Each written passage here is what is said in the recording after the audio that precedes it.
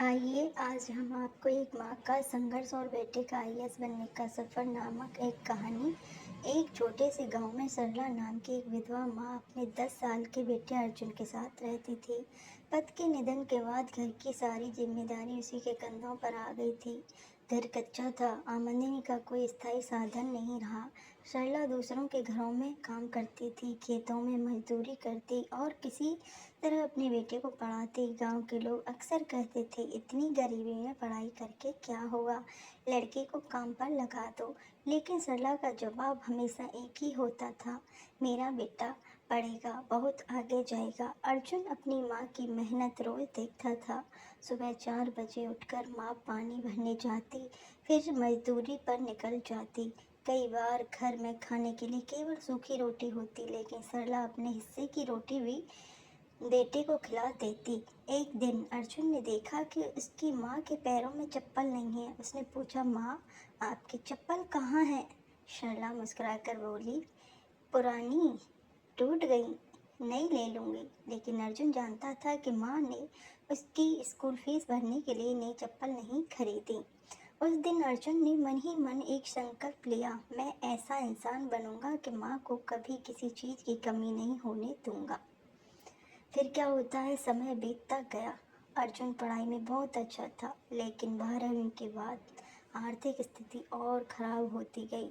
College की fees भरना मुश्किल था।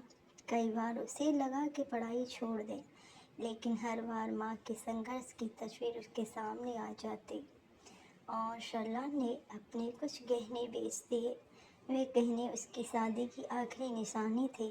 जब अर्जुन को यह बात पता चली तो उसकी आंखों में आंसू आ गए। माँ ने कहा, बेटा गहने फिर आ जाएंगे, लेकिन समय निकल गया तो वापस नहीं आएगा। अर्जुन ने पूरी मेहनत से पढ़ाई की। दिन में कॉलेज जाता और रात में बच्चों को ट्यूशन पढ़ाकर खर्च निकालता। कई बार बिजली नहीं होती तो सड़क की लाइट के नीचे बैठकर पढ़ता। कॉलेज के दिन में उसे पहली बार आईएएस अधिकारी के बारे में पता चला। उसने जाना कि एक अधिकारी हजारों लोगों की ज़िंदगी बदल सकता है। उसने फैसला लिया कि मैं आईएएस बनूंगा। यह सपना बहुत बड़ा था। गांव के लोग फिर हंसने लगे, आईएएस तुम? उससे प्रश्न करने लगे, यह शहर वालों का सपना है। लेकिन अर्जुन ने किसी की बात नहीं सुनी। ग्रेजुएशन के बाद उसने यूपीएससी की तैयारी शुरू कर दी। किताबें खरीदने के पैसे नहीं थे तो लाइब्रेरी में घंटों बैठकर पढ़ता, पुराने नोट्स इकट्ठा करता, मोबाइल पर मुफ्त लेक्चर देखता। पहला प्रयास असफल रहा, बहुत दुख हुआ, लेकिन माँ ने कहा, हार केवल वही मानता है जो कोशिश छोड़ देता है। अर्जुन ने फिर तैयारी की। दूसरे प्रयास में भी सफलता नहीं मिली। अब लोग ताने मारने लगे, कितना पढ़ेगा, कल नौकरी कर ले, कुछ नौकरी कर ले। लेकिन सरला आज भी उसी विश्वास के साथ खड़ी थी। उसने बेटे से कहा, अगर मंजिल बड़ी है तो संघर्ष भी बड़ा होगा। तीसरे प्रयास में अर्जुन ने पहले से दुगनी मेहनत की। उसने अपनी कमजोरियों पर काम किया, समय का सही उपयोग किया और हर दिन खुद को बेहतर बनाया। परिणाम का दिन आया। पूरे गांव की नज़रें उस पर थीं। यूपीएससी का रिजल्ट घोषित हुआ। अर्जुन का चयन आईएएस के लिए हो गया था। उसकी रैंक शानदार थी। यह खबर सुनते ही सरला की आंखों में आंसू बहने लगे। वर्षों का संघर्ष, भूख, दर्द, त्याग और मेहनत आज सफलता में बदल चुके थे। अर्जुन दौड़कर माँ के पास गया और उसके पैरों में गिर पड़ा।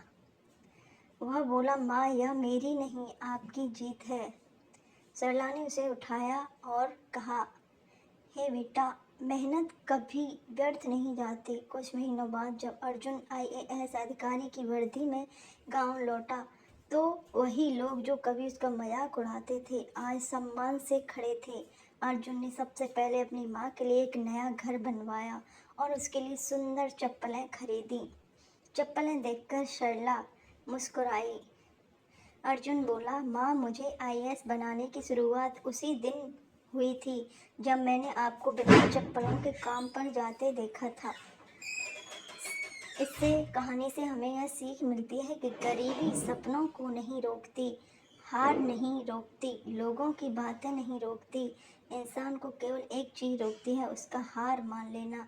यदि लक्ष्य बड़ा और मेहनत सच्ची हो तो संघर्ष एक दिन सफलता की कहानी बन जाता है।